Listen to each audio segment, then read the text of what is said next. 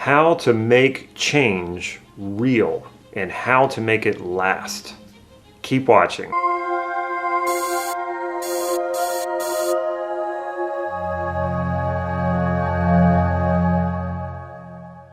This is Life Mastery Gym. I'm Damon, and I teach people just like you cutting-edge processes and techniques that help you master your life so that you can take charge of your destiny.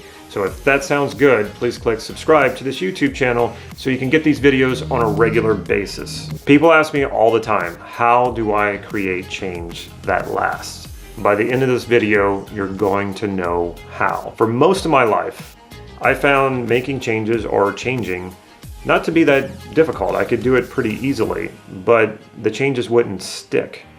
And it wasn't until I learned how to effectively future pace that I could really make changes that would last, not only myself, but also for my clients. Before I get into this, make sure you stay to the end of this video because I'm going to show you how this is only one small piece of a much bigger training that I'm going to do next week live, and it'll be online as well. So make sure you stick around for that. Also, in the comments below, let me know what are your biggest challenges when it comes to future pacing and NLP. I'd love to hear from you and I will respond. One of the big mistakes that many NLP practitioners make is they forget to future pace or they don't future pace correctly. When you do this right, your changes that either you create in yourself or you help your clients with will last, if not forever, a very, very long time. What is future pacing? Future pacing is a technique that NLP borrowed from hypnosis. It's imagining having the new change that you've created. So let's say you have an intervention, you use an NLP process to break a habit or to make some sort of change that you want in your life.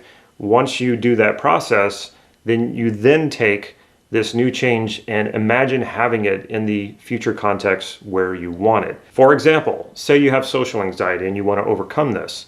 You run an NLP process on the social anxiety and suddenly you feel like you're free of it. You think of a social situation and it doesn't bother you. That would be the first test to know if the process worked, but you don't want to leave it there. You want to actually imagine yourself in that future context, not having the social anxiety and feeling the way that you want to feel in that social context without the anxiety.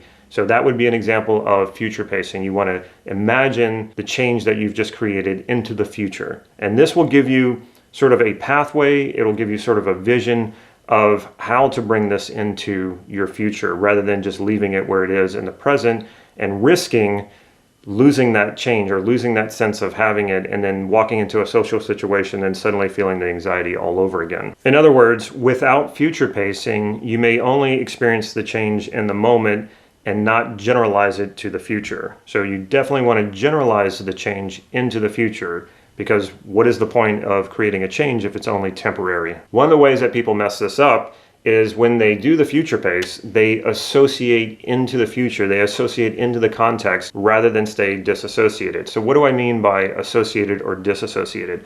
Associated is when you step into a memory or you step into a future imagined situation like something in the future or future context. You step into it fully and see it and hear it as if you're actually there. So you would be standing or sitting in the situation as if you're actually there. That's what we call associated. And you can try this out with your memories. You can think of something that happened in the past or something you want to happen in the future. You see yourself like you're a character in a movie that you're watching, or do you feel like you actually step into the scene? Different people are different and you will naturally gravitate to one way or the other. When you're future pacing, you want to make sure that you're disassociated. You want to make sure that you see yourself performing in the way that you want to perform rather than being there for real. Now, why would you want that? A lot of people say, well, doesn't it make it seem more real if you associate into it? Yes, it will absolutely make it seem more real, but that can actually be part of the problem. If you associate into the future, into something you want, when you associate, it gives you the feeling that you already have it, which will diminish your motivation to go out and get it. So when you're done future pacing, you want to make sure you're disassociated. It's actually okay to associate into the future if you want to get a sense and a feel for what it will be like when you get what you want in that particular context. Just make sure when you're done with the future pacing that you disassociate. And when you disassociate and you see yourself performing in this way, in this case, you could say without the social anxiety, you see yourself in a future situation with no social anxiety, behaving in a way that is confident and calm and peaceful.